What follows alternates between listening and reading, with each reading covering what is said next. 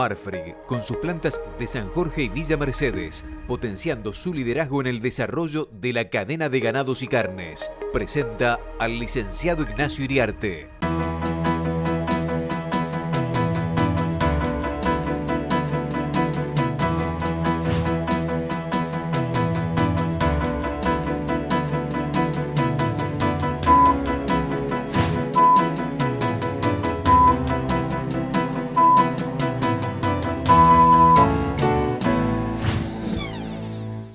Amigos de Cara Rural, buenos días. Bueno, un mercado abastecido, cuyo nivel de equilibrio entre oferta y demanda se encuentran en este nivel de precios, y cuesta encontrar factores alcistas. La exportación, pues su poder de compra está limitado por cotizaciones internacionales, valores internacionales mediocres, y por un tipo de cambio cada vez más rezagado y lo que es más preocupante, el ancla cambiaria antiinflacionaria aparentemente va a ser el eje en los próximos meses y no se va a modificar, y se va a hacer cualquier esfuerzo por privilegiar la lucha contra la inflación, incluyendo este crawling peg del 2%, que inclusive si llegara a tener éxito la inflación podría llegar a reducirse por debajo del 2%. Después el tiempo dirá si van a tener éxito o no, pero es la intención oficial del gobierno de conservarlo. O sea que desde el punto de vista de la exportación, los volúmenes que se están exportando todavía están arriba del año pasado, estamos 8% arriba, pero se está estancando. Si alguien esperaba alguna explosión en materia de exportaciones con la entrada del nuevo gobierno, que podría perfectamente explicarse porque internacionalmente, lo estamos diciendo en estos micros, la demanda internacional está volando, con sorpresas todos los días con los volúmenes que se comercializan a nivel mundial. Este salto en el volumen internacional que los americanos en algún momento creyeron a fin del año pasado que iba a crecer 200.000 toneladas, después fue 400.000, después 600.000, después fue 750.000 en su último informe. Hoy el mercado internacional, si lo medimos por una encuesta que son los 6 principales exportadores mundiales, están 17% arriba del año pasado. Argentina, Brasil, Paraguay, Uruguay, Australia y Estados Unidos. 17% arriba del año pasado, con 5%, 4,5% abajo en los valores. Los valores se van recortando y este aumento que pensamos en el segundo semestre, ya entramos 2 meses en el segundo semestre, 2 meses y medio, que iba a recortarse esta diferencia enorme, porque en comercio de carnes nunca hemos visto una cosa así, se mantiene, vuelvo a repetir, 17% arriba del año pasado en conversión mundial. O sea que la demanda internacional está, el tipo de cambio no está. Ya nos dicen que el tipo de cambio es una pieza maestra y se va a sostener o se va a acentuar su atraso, en los próximos meses, con una inflación que se resiste a bajar del 3%, que complica aún más el atraso cambiario o la situación cambiaria. Pero digamos, no encontramos factores alcistas en la exportación.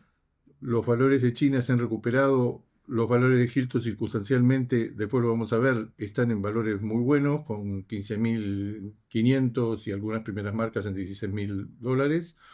Pero digamos que en la composición del precio de la hacienda, eso es más que compensado por el hecho de que China sigue pagando valores muy bajos. China no vamos a decir que se está quedando sin proveedores, pero todos los exportadores a China estamos buscando desesperadamente otros mercados para zafar de valores que a la mayoría de los países en el mundo hoy en día China no les cierra. Algunos lo encuentran en Estados Unidos, otros en el norte de África, en Emiratos Árabes, en Arabia, en Rusia, sobre todo en Estados Unidos, en Malasia, en Filipinas. Están surgiendo mercados. Una de las grandes revelaciones de estos últimos 4 o 5 meses es que para todos aquellos que intentan reducir la dependencia china buscando otros mercados, los otros mercados están, porque China está comprando menos y el volumen internacional comercializado de carne vacuna está creciendo. O sea, hay un fenómeno ahí. Lo más lógico es hablar de Estados Unidos, pero que Estados Unidos solo no lo hacemos. Asia está tirando cada vez más carne, pero todos los mercados están entonados.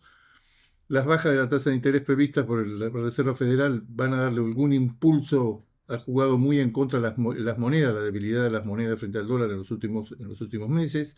Ahora eso se podría revertir, aunque sea parcialmente. O sea, demanda internacional está.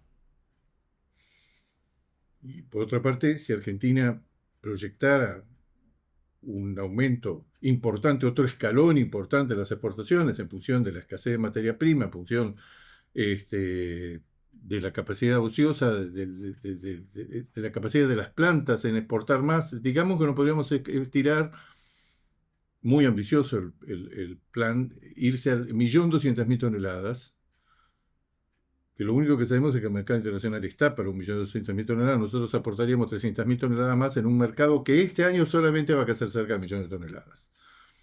Pero eso es muy difícil, ya está visto que no va a suceder, que la industria está a la defensiva, que la industria está perdiendo plata, que está intentando achicarlo esa pérdida de todos modos. Eso del lado de la exportación básicamente podemos esperar algunas subas adicionales y podemos esperar subas importantes para el año que viene. El año que viene ya es otro mundo, el año que viene es otra era. Para el año que viene lo que se está viendo es lo que llaman muchos la sincronización de los ciclos, de las fases del ciclo ganadero en Brasil, que va a tener menor oferta, Estados Unidos, que va a tener menor oferta, Australia, que va a tener una cantidad muy grande de carne, pero ya está hipotecando su futuro porque Australia ya empezó nuevamente el periodo de liquidación. Argentina y Uruguay darían la impresión que ellos, los dos países en forma conjunta, que juntan 1.200.000 toneladas, son jugadores importantes, el Río de la Plata va a tener la misma cantidad de carne el año próximo, que no va a haber cambios. Paraguay tampoco va a tener más carne el año próximo. Nueva Zelanda tampoco va a tener más carne el año próximo. Estados Unidos tampoco va a tener más carne el año próximo.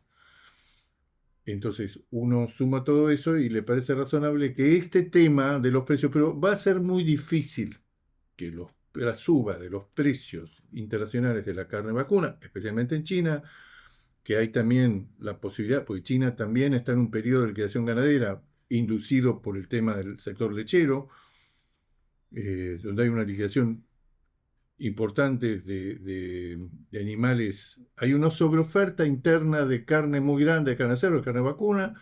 O sea, todos los factores darían la impresión que van a mejorar del lado de la oferta de países exportadores e importadores, oferta ganadera, el año próximo.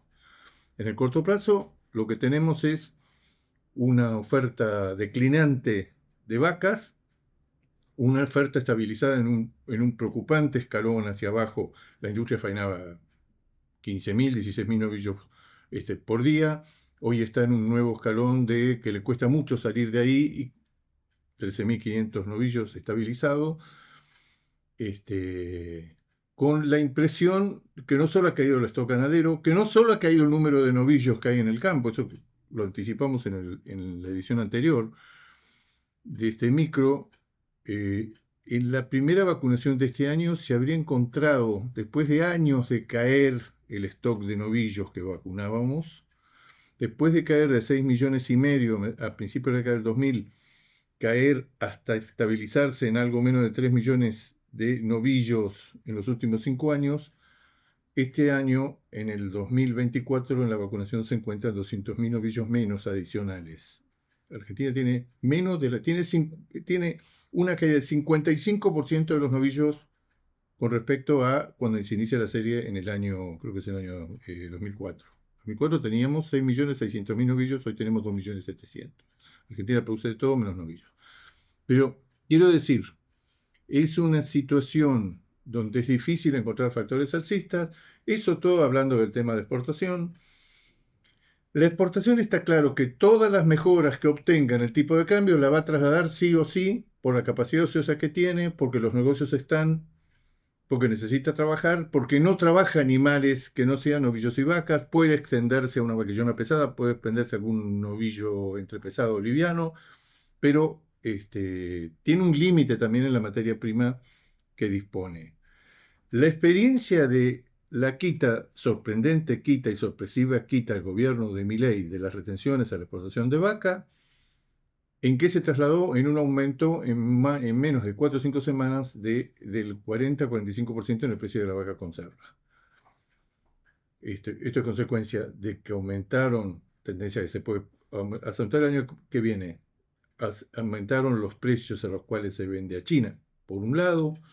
Por el otro lado, mejoró el tipo de cambio, porque, bueno, tenemos un crawling que va al 2%, pero hay que sumarlo si hacemos un balance en un mes y medio, 2 meses. Declinó estacionalmente la oferta de vacas y se quitaron las retenciones. Pero las cuatro cosas son 4 cosas más o menos previsibles para el año que viene. ¿Cuál es este adelanto de menor oferta, mejora de China, caída estacional de la faena, mejora en el tipo de cambio, crawling peg, la combinación de todo esto que dio que se trasladó todo y se sobreactuó?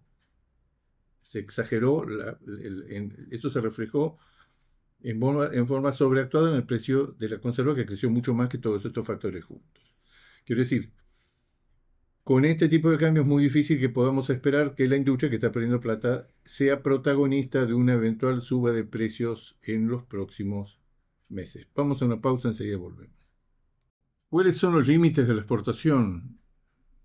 Básicamente el tipo de cambio y esperando pacientemente que haya algo más de novillos. Novillos cayó de una manera sorprendente. Es posible que sea la combinación de que tenemos un stock menor con la combinación de que se ha matado en forma adelantada durante los años de la seca, con lo cual hoy, si en vez de matar 15.500, matamos 13.500, quizás este sea un nuevo escalón hacia abajo en la disponibilidad de novillos para la industria exportadora.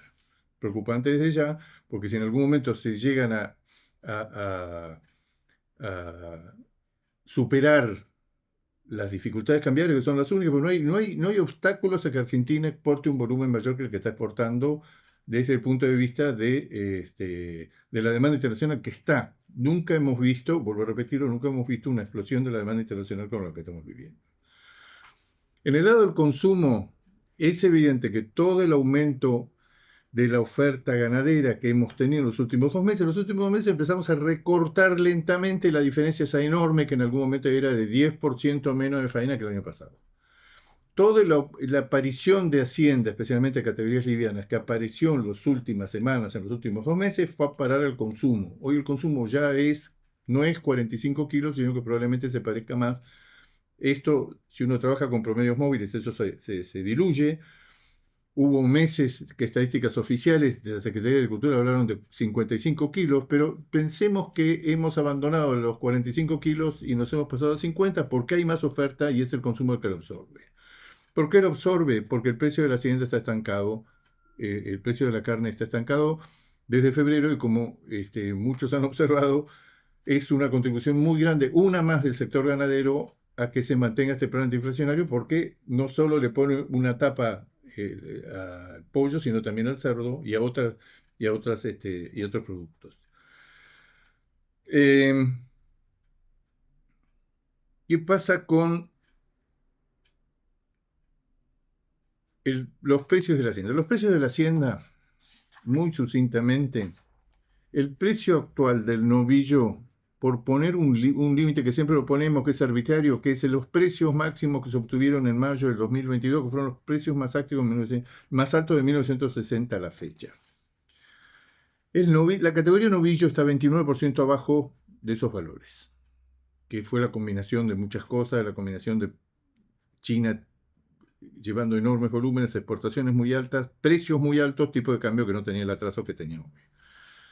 El novillito de consumo sufre mucho, 33% abajo de esos máximos de mayo del 2022. Pero fíjense, la categoría que menos ha caído en términos reales con respecto a los picos de mediados del 92 es la vaca gorda, la vaca carnicería, 18% solamente abajo. Y la vaca conserva, con la mejora de los últimos meses, de los últimos 2 meses, está solo 20% abajo. El novillo Hilton, 24% abajo de esos límites máximos, de esos techos, y el ternero de invernada, 29%. Ternero fuertemente atrasado. Está apareciendo en el mercado y en el análisis algo que se sabía hace meses porque lo había anticipado el Servicio Meteorológico Nacional. Agosto, septiembre, octubre, y ahora se habla de septiembre, octubre, noviembre, con precipitaciones por debajo de lo normal. Si uno ve los mapas de humedad en el suelo del INTA, ve claramente una parte este del país, especialmente en la provincia de Buenos Aires, que ha tenido un par de golpes de agua en los últimos meses y que tiene humedad en el suelo, y todo el resto del país es una enorme mancha roja. Estamos entrando en un periodo donde va a ser decisivo las lluvias, porque si continuamos en una primavera seca o entramos en una primavera seca, podemos tener el tercer año consecutivo en que la cantidad de terneros o la preñez o la cantidad de nacimientos o como tendencia, por tercer año consecutivo, la cantidad de terneros nacidos o destetados va a estar por debajo de los 15 millones de crías. O sea que en este momento ya sabemos que vamos a tener una producción de 3 millones de toneladas, que es claramente insuficiente, que alcanza para comer 45 o 50 kilos y para mantener la exportación en estos niveles, sabiendo que podríamos exportar a niveles más altos. Esto está limitado por la cantidad de nacimientos del 23 destete del 24, porque 14 millones 600, casi 800.000, 900.000 terneros menos que el año anterior. Es probable que el año que viene se recupera, pero sin llegar la aparición 24, destete 25 se recupera. Pero lo que estamos viendo en función, si esta seca de primavera se llega a mantener, vamos a tener por lo menos 3 años y quizás 4 de una producción de carne en el orden de los 3 millones de toneladas. Se congela esta escasez tan importante. Porcentaje de ventas en la faena. Estamos espiando los datos de lo que va de septiembre. 47,5%. 47,5% es la segunda más alta de que se llevan desde que nosotros por lo menos tenemos estas estadísticas que estamos llevando por DTE desde el año 2000. La segunda más alta, solo superada por el año pasado con la seca. O sea, estamos en registros de faena de hembras que siguen siendo muy preocupantes y que siguen, lo que nos están diciendo es que la recomposición del rodeo va a seguir esperando, que estos niveles de faena de vacas y vaquillonas están por arriba de los niveles de equilibrio de cada una de las categorías. Vaca es la que más preocupa, porque vaca es inmediato, nos comemos los vientres. Está seca, ¿por qué sigue tan alto el nivel de faena de vaquillonas? Bueno, en el caso de la vaquillona se puede explicar por la cantidad enorme de animales, de hembras livianas que entraron a los feedlots en los últimos meses. Hoy estamos en un nivel histórico récord de ocupación de los feedlots. Los feedlots siguen arriba de los 2 millones de cabezas. Ya empezó un proceso donde lo que se repone es inferior a lo que se vende en los feedlots, entonces viene cayendo, va a caer el dato probablemente del 1 de octubre, va a ser más bajo, pero va a ser moderadamente más bajo. Tenemos una gran cantidad de hacienda encerrada y por lo visto en la última seca, si esta seca de primavera se llega a firmar, el nivel de ocupación en los feedlots va a seguir siendo muy alto y va a ir demorando. Si están los feedlots muy llenos, su oferta sigue siendo muy alta. Y esta es una de las razones por las cuales también precios de novillito, vaquillona, de hacienda liviana, está limitado por el hecho de que ahora empezó a salir el grueso de esa oferta que veníamos contando, que se venían ocupando los feedlots a niveles récord. Bueno, esa oferta ya es muy fluida hoy en día y explica por qué es tan difícil obtener precios remunerativos por vaquillonas, por terneros, por novillitos livianos. El peso medio por animal faenal está creciendo, pero está creciendo muy en el margen. El último valor que se habla es 231 kilos. Estamos lejos, completamente a contramano del mundo. En Uruguay, un Brasil con 260 kilos. Australia arriba de los 300, Estados Unidos arriba de los 350.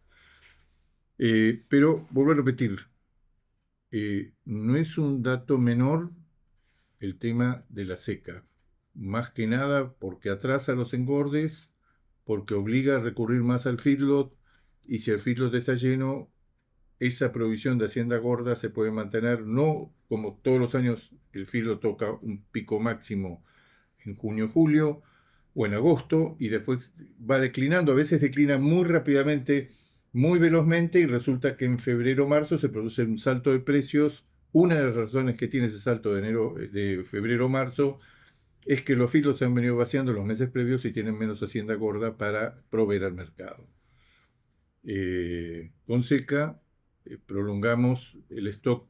Con seca probablemente la preñez va a ser menor, los nacimientos en el 2025 van a ser menores, pero prolonga la escasez de carne. Vuelvo a repetir, 24, 25 y eventualmente el 26. Precios del Hilton, 15.000, 15.500, con algunas primeras marcas tocando los 16.000. Precio del novillo en Brasil. Brasil empieza a dar señales que se está revirtiendo la feroz liquidación ganadera que tuvo este año, que lo llevó a niveles récord. Lo contamos, en el mes de agosto se calcula que Brasil podría haber estado produciendo 1 millón de toneladas en un solo mes, con lo cual se convertiría en el primer productor de carne del mundo, superando a Estados Unidos. Brasil está en $2.84, la semana pasada hablamos de $2.60 y pico, $2.84, Argentina y Uruguay en orden de $4, $4.10, Australia arrastrado por Estados Unidos, 4.40, Estados Unidos que ya no está tocando los límites máximos, se está tomando un respiro, 6.45. Un tema que está dando vueltas, ¿por qué está subiendo la Hilton? Porque, bueno, probablemente no lo sabemos.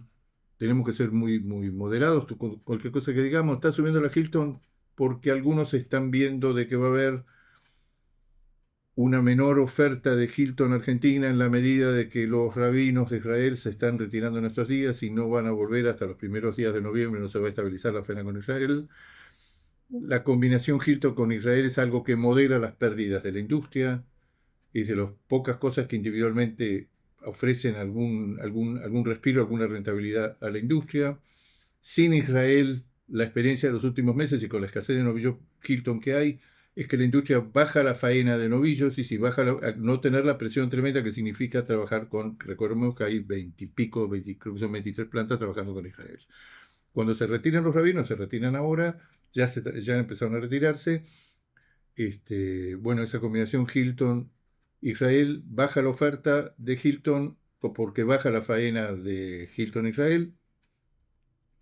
Ese es uno de los motivos por los cuales uno podría especular por qué está subiendo, porque están viendo hacia adelante que en la medida de que en los próximos 60, 70 días va a haber una menor oferta desde Argentina y Uruguay de Hilton.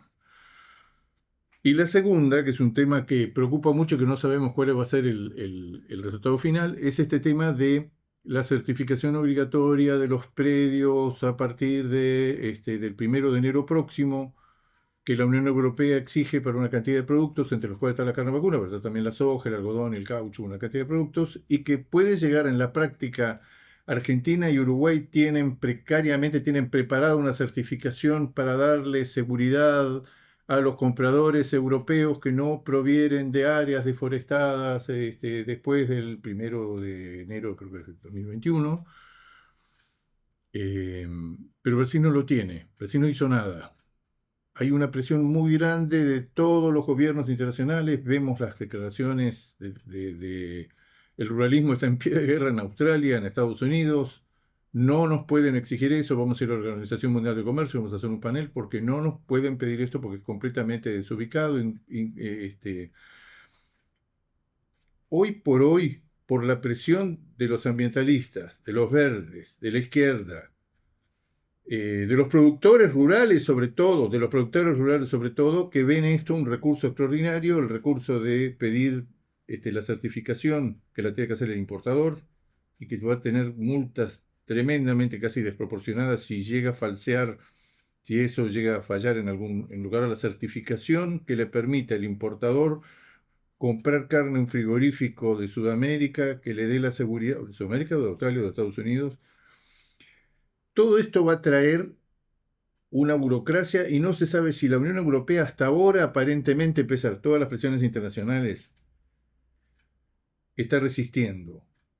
Está resistiendo y dice, a partir del 1 de enero, todos estos productos que provengan de los países exportadores van a tener que mostrar un certificado de que esa área no fue deforestada. Bueno, lo que se está viendo, el mercado descuenta de que si esto es así, va a haber un despelote mucho mayor con otro tema que ya llamaron la atención, porque es de adentro también, los que están adentro, por ejemplo, los fabricantes de alimentos balanceados de Europa, que dicen, nosotros producimos 30 millones de toneladas de alimentos balanceados. Si nosotros nos van a limitar seriamente la provisión de soja o de maíz o de cualquier producto, por ejemplo, de Estados Unidos, de Australia y sobre todo de Sudamérica, nosotros en pocas semanas dejamos sin alimento al ganado de Europa. Porque tenemos una complementación y no sabemos. El que está más atrasado en todo esto y que está jugando el papel de guapo y el que está diciendo nosotros no vamos a hacer nada porque ustedes no tienen por qué meterse en nuestra legislación, es Brasil.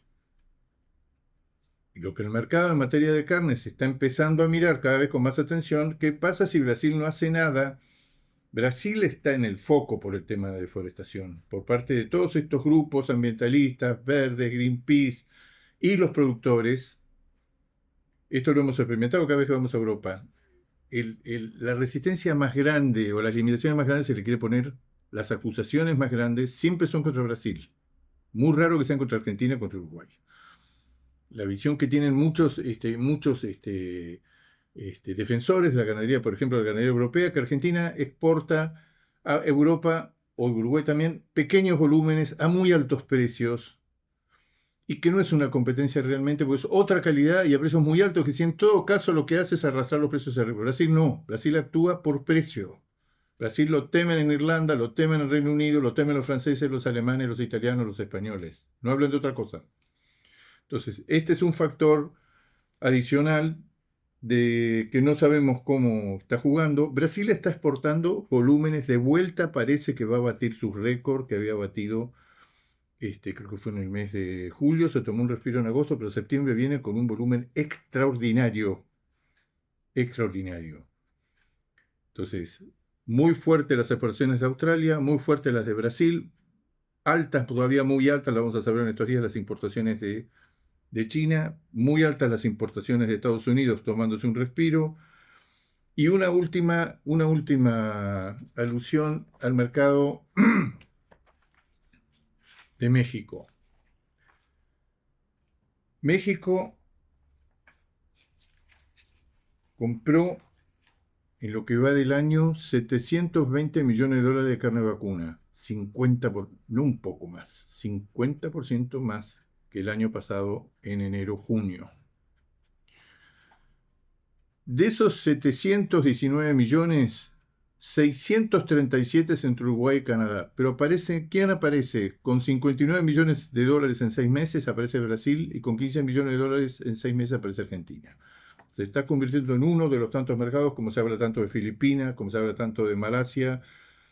Rusia ha vuelto a comprar, Japón y Corea mantienen niveles muy altos, Estados Unidos explotó, China, pero el caso de México es un caso, si ustedes ven las exportaciones argentinas, aparece un nuevo destinatario de nuestras exportaciones, que es México, en un volumen por ahora moderado, 800, 900 toneladas mensuales, pero siempre es muy interesante la apertura de mercados. Argentina hace rato que no tenía una apertura del volumen, de la calidad de esta.